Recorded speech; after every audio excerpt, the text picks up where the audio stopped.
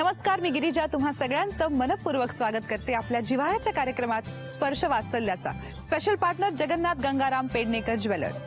आज आपण आलो आहोत ठाण्यातील खोपट परिसरातील भाग्यश्री सोसायटीमध्ये, जिथे आपण भेटणार आहोत छोटूशा साध्वी मोरेला. साध्वी ही मोरे कुटुंबातली सगळ्यांची लाडकी आहेच, पण भाग्यश्री सोसायटीमधली ती सगळ्यात लहान मेंबर असल्यामुळे सोसायटीमधल्या सगळ्यांची सुद्धा अत्यंत लाडकी आहे. भेटूया गोड गोंडस साध्वी मोरेला. स्पर्श सुखाचा बालपणाचा अनुभव चला आता. स्पर्श वात्सल्याचा, स्पर्श वात्सल्याचा, स्पर्श वात्सल्याचा.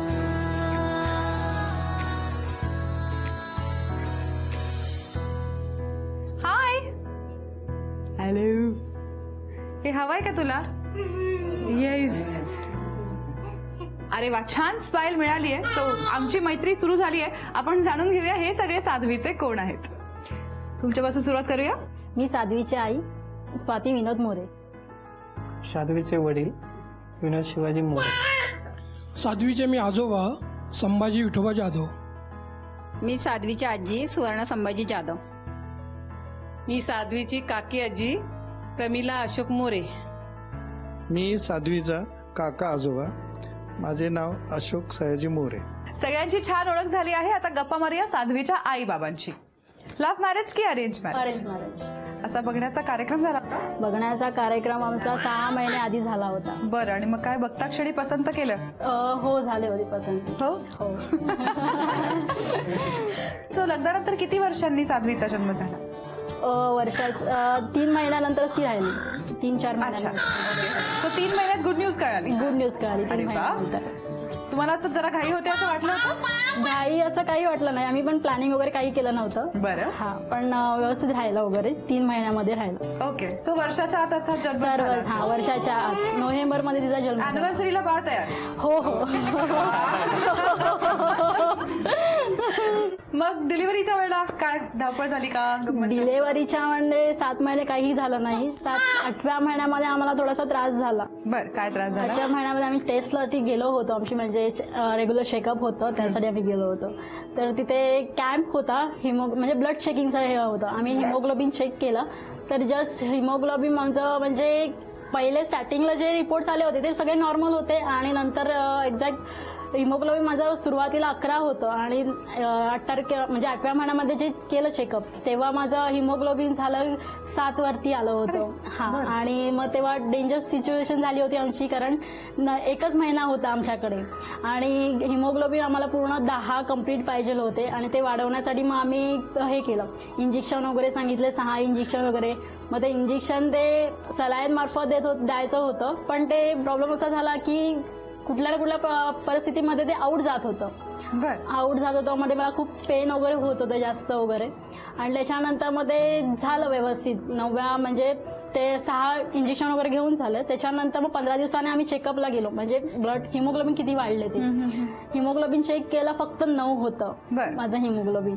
आणि त्याच्यामध्ये अशी सिच्युएशन होती की माझे सासू सासरे गेले होते गावाला, कारण माझ्या सासूचे वडील ऑफ झाले होते, त्यासाठी ते तिकडे गेले होते. आणि मग मम्मीचे ते रिलेशनमध्ये आहे, त्याच्यामुळे मम्मी पप्पाला पण जावं लागलं ते. पण मग त्याने फोन करून सांगितलं का तुम्ही येऊ नका, तुम्ही इथे थांबा, तिच्याबरोबर कोणीतरी पाहिजे, मग तुम्ही तिथे थांबा म्हणून. मग ती मम्मी माझ्याबरोबर इथे राहिली होती. आणि आम्हाला कळलंच नव्हतं की मला खूप आतल्या ताप वगैरे होता. खूप सिच्युएशन इतकं बेकार झालं होतं की मला रात्री अचानक दम वगैरे भरला, श्वास वगैरे घ्यायला त्रास वगैरे व्हायला लागला. मग आम्ही फोन केला डॉक्टरांना, तर ते बोलले की घाबरण्यासारखं काही नाहीये, जस्ट फक्त वाफ वगैरे घ्या, स्टीम घ्या, तर तसं तुम्हाला बरं वाटेल. ते झाल्याच्या नंतर मग आम्ही 9व्या महिन्यामध्ये एक सोनोग्राफी असते, ती सोनोग्राफी काढायला गेलो. त्यावेळेस असं कळलं की तिच्या गळ्याला 2 नाळीचे वेडे लागलेत. अरे बापरे. 2 लागलेत, आणि अशी सिच्युएशन झाली होती. आणि सगळं नॉर्मल होतं, फक्त तिच्या गळ्याला नाळ हे वेडा बसला होता. तर म्हणलं आता काय करायचं, तर ते बोलले की आपल्याला सिझर तर करावं लागणार आहे, पण आपण 15-20 दिवस बघायचं, कारण की तुझी म्हणजे पूर्ण दिवस भरले नाहीयेत, त्याच्यामुळे पूर्ण दिवस भरण्यासाठी आपण तिथे थांबायचं म्हणून तेवढा दिवस. पण म्हटलं तेवढा दिवस थांबायचं, काही मध्ये झालं तर घरी म्हटलं कोणी नाहीये, माझे मिस्टर कामाला जाणार, वहिनी वगैरे कामाला जाणार, म्हटलं कसं सिच्युएशन मी हँडल करू. तरी ते बोलले की नाही, तुला म्हणजे ते बाळाची हालचाल वगैरे जाणवते ना, नॉर्मल आहे ना. तर म्हटलं ठीक आहे, नॉर्मल आहे तोपर्यंत ठीक आहे, पण जेव्हा ते हालचाल जेव्हा बंद होईल तेव्हा तू थांबायचं नाही घरी, तू डायरेक्ट हॉस्पिटलमध्ये यायचं. म्हटलं तसं पण ठीक आहे, पण म्हटलं 15 ते 20 मिनिटं लागणार हॉस्पिटलमध्ये यायला, तर सिच्युएशन कसं करायचं हँडल. तर तरी सुद्धा बोलले की नाही, आपल्याला ते बाळ फिरतंय, त्याचे दिवस पूर्ण भरलेले नाहीये, त्याच्यामुळे आपल्याला ते पूर्ण दिवस घ्यावेच लागणार. असं झालं. त्याच्यानंतर मग पूर्ण दिवस भरले आमचे. 23 तारखेला असं म्हणजे मला सकाळी उठली, मम्मीला 2 दिवस आधी बोलवलं होतं, का म्हटलं 23 तारखेची डेट दिलेली आहे आपल्याला, तू ये 2 दिवस आधी. तर ती आली होती 2 दिवस आधी. त्याच्यानंतर मग मार्गशीर्षचा गुरुवार होता, मला त्रास वगैरे व्हायला लागला, मग आम्ही थोडा वेळ वेट करून मग हॉस्पिटलमध्ये गेलो. तिथे गेल्याच्या नंतर परत माझी एक सोनोग्राफी वगैरे झाली आणि ब्लड टेस्ट माझे नॉर्मल म्हणजे 9 होते हिमोग्लोबिन. त्याच्यामुळे त्यांनी सिच्युएशन जरा कठीण गेली आम्हाला, कारण सिझर करायचं होतं, कारण तिच्या गळ्याला 2 नाळेचे वेडे हे पडले होते, त्याच्यामुळे मग आम्हाला सिझर करायचं होतं आणि आम्हाला ब्लड पाहिजे होतं. माझं 9 हिमोग्लोबिन होतं आणि आमच्याकडे ए पॉझिटिव्ह वाला कोणीही नव्हतं. हा, ए पॉझिटिव्ह वाला होतं. माझे मिस्टर होते ते पण ए बी पॉझिटिव्ह होते, दीर होते ते पण ए बी पॉझिटिव्ह होते. जे 2 व्यक्ती होते ते डोंबिवलीला होते आणि ते पण देऊ शकत नव्हते, कारण माझ्या भावाजींनी 6 महिने आधीच डोनेट केलं होतं, 3 महिने वाटतं काहीतरी डोनेट केलं होतं आधीच, आणि बहिणीचं होतं पण तिचा छोटा बेबी होता, त्याच्यामुळे ती पण देऊ शकत नव्हती. असं सिच्युएशन झालं. मग माझं लगेच ब्लड वगैरे चेक करायला हे पाठवलं आणि लगेच मग थोड्या वेळाने रिपोर्ट वगैरे आले ह्याच्यामधून. त्याच्यानंतर लॅबमधून रिपोर्ट वगैरे आले. त्याच्यानंतर मग लगेचच मला घेतलं होतं ऑपरेशनसाठी. ऑपरेशन वगैरे केलं, पण बाळ माझं आणि मी व्यवस्थित सुखरूप बाहेर आले. छान पार पडलं. हो, व्यवस्थित एकदम. दिव्य झालं. हो. तरी साध्वीताई छान आल्या एकदम बाहेर. व्यवस्थित बाहेर आले. म्हणजे एंट्री दमदार असली पाहिजे की नाही. असं कसं? आईला कसं हे सगळं स्वतः कळत असतं, आपल्या पोटात बाळ असतं आणि ते सगळं घडत असल्यामुळे आई बिझी असते त्या सगळ्यात, पण बाबा बाहेरून बघत असतात. तर मला जाणून घ्यायचंय, तुम्हाला काय वाटत होतं जेव्हा वेढे आहेत कळलं किंवा जेव्हा ब्लड मिळत नव्हतं, तेव्हा तुमची काय धावपळ झाली? तेव्हा काय झालं, म्हणजे पहिल्यांदा आम्ही ब्लड सॅम्पलला पाठवलं त्यांचं, ते किती वाढलं का ते चेक करायला, ते सांगितलं 10 वाढले. मग ते बोलले ठीक आहे, मग काय प्रॉब्लेम नाही काय. बरं. पण मग तुम्ही फिरत होतात ब्लड शोधत म्हणजे फक्त मी विचारलं, फोन करून विचारलं, मग ते बोलले पहिल्यांदा रिपोर्ट होत्या, नंतर हॉस्पिटलमधूनच लॅबमध्ये वगैरे कॉन्टॅक्ट झालेला. पण त्या लोकांना डोनर पाहिजे होता, ते द्यायला एकच होतं, पण ते लोक बोलत होते की आम्हाला डोनर पाहिजे आणि त्यासाठी मग आम्ही ट्राय करत होतो, भावजी किंवा बहीण, पण त्यांचं पण देऊ शकत शेवटी नव्हतं. कोण मिळाला donor? शेवटी मिळालं नाही. माझं हिमोग्लोबिन रिपोर्ट आले 10 झालं होतं, ते त्यामुळे blood लागलंच लागलंच अरे नाही, वा. ब्लड पण लागलं नाही आणि ती व्यवस्थित बाहेर अशी आली. प्रार्थना करत होता तुम्ही? काय प्लॅन्स आहेत तिच्यासाठी पुढे, तिने काय करावं असं वाटतं? माझे सासरे सुभेदार होते मिलिटरीमध्ये, तर त्यांची अशी इच्छा होती की माझी मुलं नाही गेली मिलिटरीमध्ये, पण आमच्या नातवंडला आणि तर एखाने कोणीतरी जावं असं. तर आमचं अशी इच्छा आहे की तिने मिलिटरीमध्ये कॅप्टन व्हावं. ऐको बिचारा. चांगलंच स्वप्न आहे आणि आय होप ती पूर्णही करेल. सो तुमचे सासरे मिलिटरीत होते? हा, मिलिटरीमध्ये होते. वा, आपल्या गप्पा ऐकत ऐकत ती छान झोपली. आज आपण आहोत छोटूशा साध्वीच्या घरी आणि आता आपण तिच्या दोन्ही आज्या आणि आजोबांची गप्पा मारणार आहोत. पहिल्यांदा गुड न्यूज कळल्यावर कसं वाटलं आई? खूप छान वाटलं. स्वातीने फोन केला होता आणि फोन केल्याच्या नंतर मला सांगितलं तिने, मला खूप आनंद झाला. आणि 3च महिन्यात झालं, जरा घाई केली असं वाटलं? नाही, घाई केली असं वाटलं, पण त्यांच्या घरी बाळ नव्हतं त्यामुळे काय चांगलंच झालं. त्यांच्या घरात सगळ्यांना इच्छा होती की हिला तरी लवकर व्हावं म्हणून, त्यामुळे मला आनंद झाला. अरे वा. काकू, आजी? इच्छा म्हणजे कशी ती झाली ते आम्हाला खूपच आनंद झालं, कारण त्यांचं पण मोठं भाऊ आहे, त्याला मुलगी नाही, तिचे काका मोठे आहेत, त्यांना मुलं नाही. ही पहिली जन्माला आली ना, पण म्हटलं चला व्यवस्थित झालं सगळं आणि मुलगी झाली म्हटलं तर आम्हाला ते खूपच आनंद झाला, कारण त्यांच्या सासऱ्यांना खूप इच्छा होती की मला मुलगी असती तर म्हणजे चांगलं झालं असतं, पण त्यांची इच्छा पूर्ण झाली, तेव्हा खूप चांगलं वाटलं मला. साध्वीच्या वडिलांचे वडील अर्थात नाही, आम्हाला माहिती, त्यांच्या आई सुद्धा नाहीये. हा खूप तिनं पण प्रयत्न केला वाचवायचं, पण ते नाहीये. त्यांना मी म्हणजे चांगले होते, कामाला पण चांगले, त्यांना पेन्शन वगैरे होती. म्हटलं आई नाही, मूल बाप वडील नाहीत नाही, आईला तुम्ही वाचवा. खूप प्रयत्न धावले. त्या मोठ्या सुनेने पण भरपूर केलं तिचं. आज तिच्या पण लग्नाला 5-6 वर्ष झाली. तिला नाही म्हणजे ही जन्माला आली, त्याच्यामुळे आम्हाला पण खूप म्हणजे बरं वाटलं. हा ते आज जर ते असते ना तर खूप हे झालं असतं, आनंद झाला असता. आनंद झाला असता. ओके. प्रेग्नन्सीमध्ये काही टिप्स दिल्या का? काय काय झालं? काही खावंसं वाटायचं का मुलीला?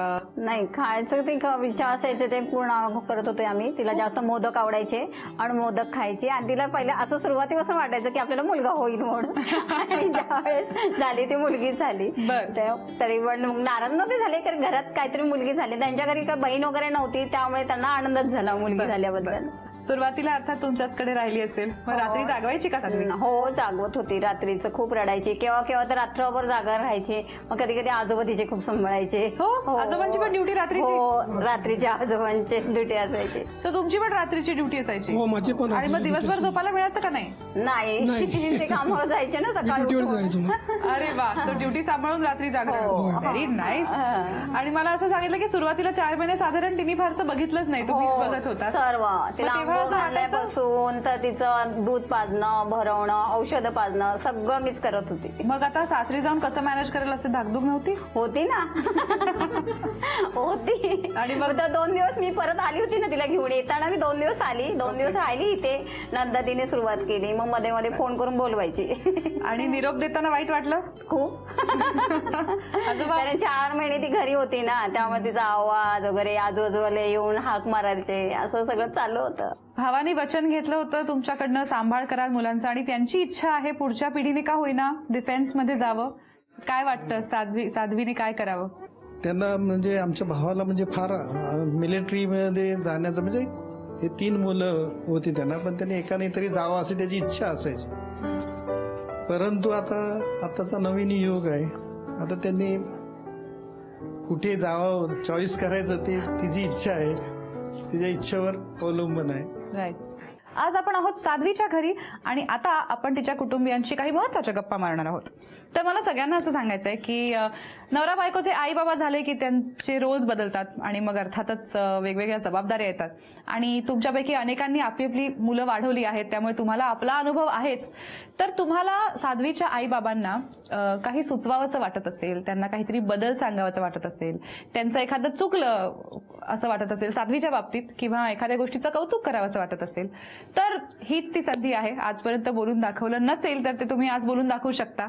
आणि तुम्ही जे काही तुमच्या मनातलं बोलून दाखवणार आहात त्यावर हे मात्र काहीच बोलू शकत नाही, हे फक्त प्रतिक्रिया व्यक्त करू शकतात. आपण सगळे व्हॉट्सअपवरती आजकाल ह्या स्माइलीज पाठवतो ना, तशा स्माइलीज वापरून तुम्हाला रिॲक्ट करायचं आहे. सो ह्या घ्या तुमच्या प्रतिक्रिया, बघून ठेवा आणि आपण सुरू करूया. कोणाला काय बोलायचंय? सासूबाई? तिच्याबद्दल सांगायचं म्हटलं तर काही सांगण्यात ती काळजी तेवढी घेते आणि मुलीची देखरेख चांगली करते. म्हणजे तिला सांगायसारखं असं काहीच वाटत नाही मला, कारण मला पण 3 मुलं आहेत.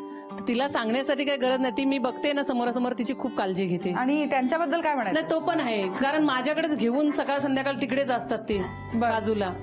तो पण ते काळजी घेतो तेवढी पण तिची. सगळं व्यवस्थित चाललंय? व्यवस्थित काही सजेशन नाही? काही नाही. मग कोणाला आहे का सजेशन? नाही.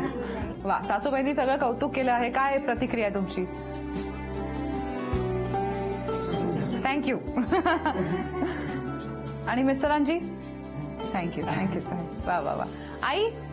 स्वाती पहिल्यापासूनच चांगली आहे आणि आता म्हणजे कसं बाळ झालं तेव्हापासून ती स्वतः सगळं घालते. तिला जेवण कसं द्यायचं, तिला आंघोळ हे म्हणजे तिने बाई सुद्धा ठेवली नाहीये. 4 महिने माझ्याकडे होती. 4 महिन्याच्या नंतर ती जेव्हा इकडे आली तेव्हापासून ती सगळं स्वतःच करते. त्या बाळाचं कपडे घालणं, तिला आंघोळ घालणं, मॉलिश करणं, औषधं वेळेवर देणं, हे सगळं तिने म्हणजे न सांगता सुद्धा स्वतःहून ती करू शकते. असं म्हणजे तेवढी गॅरंटी सुद्धा नव्हती की एवढं ती करू शकते, पण पण आता ती सगळं करू शकते. सगळं करता तुम्ही? हो. आईकडनं कौतुक म्हणजे काय 100 मार्क का? काहीच नको अजून आपल्याला. काय प्रतिक्रिया द्याल? अजून कोणाला काही सांगायचंय? तुमची पण काहीतरी असली पाहिजे. तुमची पण तीच आहे का? बरं. काका आजोबा काय सांगा? स्वाती थोडीशी म्हणजे तापट स्वभावाची आहे. ओके.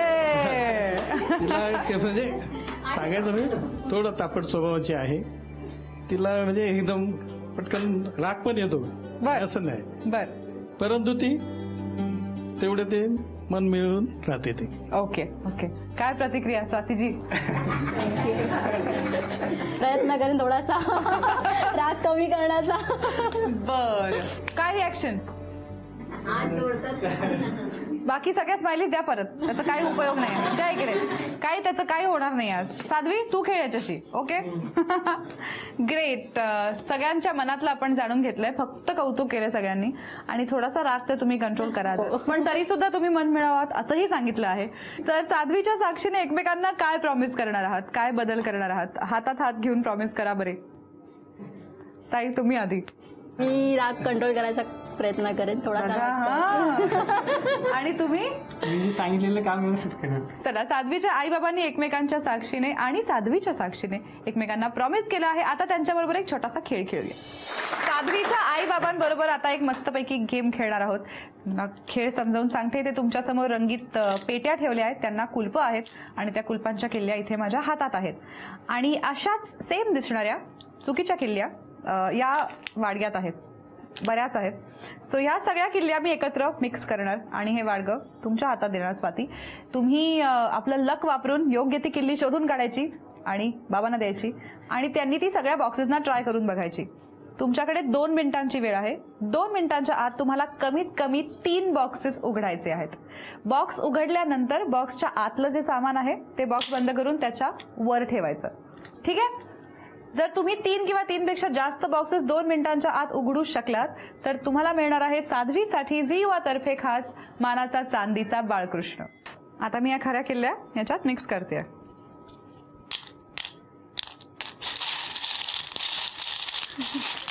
चला, सगळ्या किल्ल्या छान मिक्स झाल्या आहेत.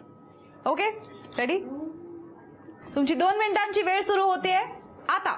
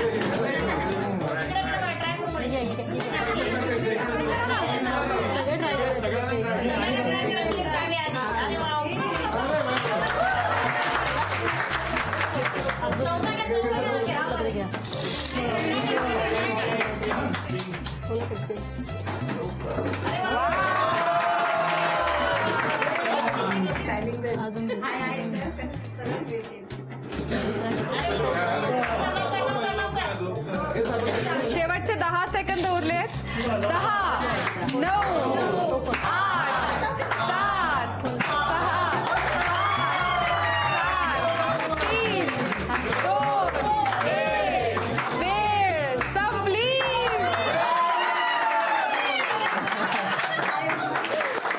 तुम्ही बघितलं असेल या प्रत्येक बॉक्समधनं एक फार इंटरेस्टिंग गोष्ट निघाली आहे. हे सगळे करिअर ऑप्शन्स आहेत. तर आता आपण बघणार आहोत साध्वी यातलं काय निवडते. ठीक आहे, ये ग.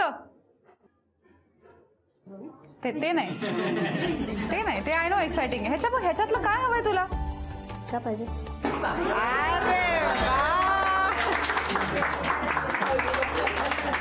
पायलट नाही, नुसतीच आय थिंक एअरफोर्स पायलट होईल आणि आजोबांची इच्छा पूर्ण होईल. काय वाटतंय? पूर्ण झाली तर खूपच चांगलं आहे. सगळ्यांना आनंदच होईल तिचं पूर्ण झालं तर ते. आणि बाबा काय म्हणणं? उलट चांगलंच आहे. ओके, आपण ज्यांची इच्छा आहे त्यांच्या दुसऱ्या लेकाला विचारूया. काय वाटतं? माझ्या वडिलांची अशी इच्छा होती की तिला पायलट किंवा आर्मी किंवा एअरफोर्समध्ये जावं आणि ते पूर्ण झालं तर छानच होईल ना. छान. अरे वा. ओके, साध्वीसाठी तुम्ही जिंकला आहात झी युवा तर्फे हा मानाचा चांदीचा बाळकृष्ण.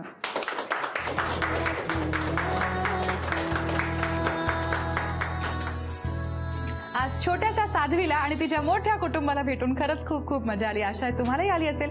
अशाच अनेक इटुकल्या पिटुकल्यांना भेटणार आहोत पुढच्या भागांमध्ये. पाहायला विसरू नका आपला जिव्हाळ्याचा कार्यक्रम स्पर्श वात्सल्याचा. Special partner Jagannath Gangaram Pednekar jewellers.